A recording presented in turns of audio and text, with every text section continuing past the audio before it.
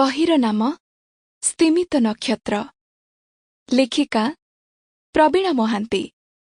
ପଢ଼ି ଶୁଣାଉଛନ୍ତି ନିଭି। ସେଦିନର ସେଇ ବର୍ଷଣକ୍ଳାନ୍ତ ଅପରାହ୍ନରେ ମ୍ୟାଗାଜିନ୍ଟିଏ ପଢ଼ୁ ପଢ଼ୁ ଆଖି ଲାଗିଯାଇଥିଲା ଦୀପାର। ହଠାତ୍ କଲିଂ ବେଲ୍ର ଶବ୍ଦରେ ଚାଉଁକିନା ନିଦ ଭାଙ୍ଗିଗଲା ତାର। ଘଣ୍ଟା ଦେଖିଲା 4:30 ବାଜିଛି। ଆଦିତ୍ୟଙ୍କର ଅଫିସରୁ ଫେରିବାର ବେଳ ହେଇନାହିଁ। ପିଲାମାନେ ମଧ୍ୟ ଆହୁରି ଘଣ୍ଟାକ ପରେ ସ୍କୁଲରୁ ଫେରିବେ। କିଏ ଆସିଲା ଏହି ସମୟରେ? ସେଲ୍ସ କଲ୍ ହେଇଥିଲେ ଭୀଷଣ ବିରକ୍ତି ଲାଗିବ। କେଡ଼େ ସୁନ୍ଦର ନିଦର ଆମେଜଟା ନଷ୍ଟ ହେଇଗଲା ତାର। ଗ୍ରିଲ୍ ପାଖରେ ପହଞ୍ଚି ସେ ଥରେ ଶାଢ଼ୀ କାନିରେ ମୁହଁଟା ପୋଛିଦେଲା। ଗ୍ରିଲ୍ର ତାଲା ଖୋଲିବା ପୂର୍ବରୁ ଆରପାଖକୁ ଚାହିଁ ଦେଖିଲା। ଅଟାଚି ହାତରେ କେହି ଜଣେ ଭଦ୍ରଲୋକ।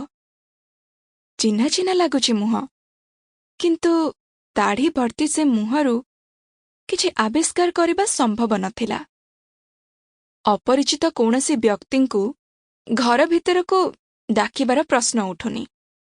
ତେଣୁ ତାଲା ଖୋଲିବାକୁ ଯାଉଥିବା ହାତ ତାର ଶିଥିଳ ହୋଇଗଲା। ଶୋଇ ଶୋଇ ତଣ୍ଟିଟା ବି ବସିଗଲା ପରି ଲାଗୁଛି। କାହାକୁ ଦରକାର ବୋଲି ସେ ପଚାରିବା ପୂର୍ବରୁ ଭଦ୍ରଲୋକ ଗମ୍ଭୀର କଣ୍ଠରେ କହିଲେ, କିରେ, କେତେ ସମୟ ଆଉ ବାହାରେ ଠିଆ କରେଇବୁ ମୋତେ? ଜିତୁ ଭାଇ! ବିସ୍ମୟ ତଥା ଆନନ୍ଦରେ ଚିତ୍କାର କରି ଉଠିଲା ଦୀପା। ତର୍ବର ହୋଇ ତାଲା ଖୋଲି ପ୍ରଣାମ କଲା ପାଦ ଛୁଇଁ। ଚିରାଚରିତ ରୀତିରେ ଜିତୁ ଭାଇ ଦୀପା ମୁଣ୍ଡରେ ହାତ ରଖିଲେ। ଉଚ୍ଛ୍ୱସିତ ଆବେଗରେ ଦୀପାର ଆଖି ଓଦା ହେଇଗଲା।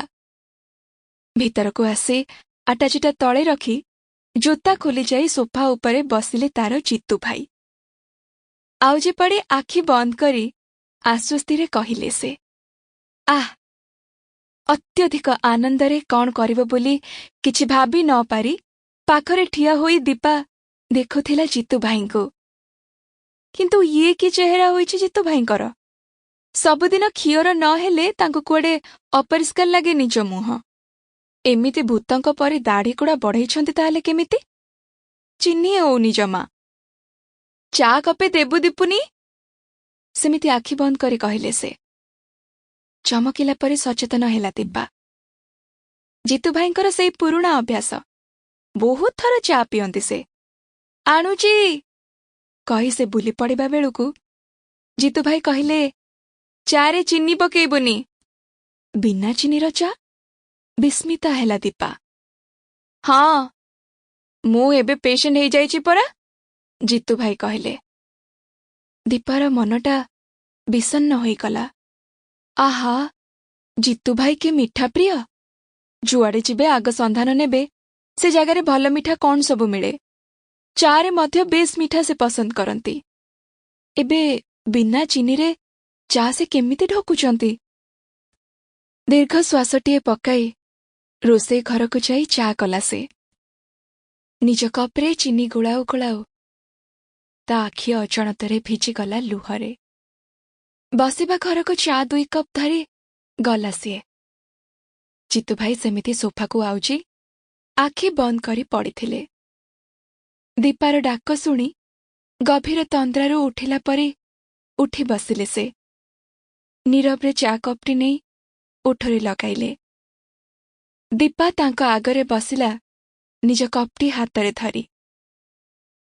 ଏକା ଏକା ଆସିଲ ଯେ? ଦୀପା ପଚାରିଲା।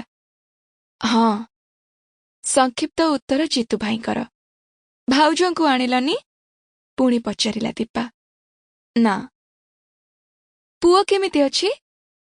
ଜାଣିନି। ଭାରି ଅଡ଼ୁଆ ଲାଗୁଥିଲା ଦୀପାକୁ।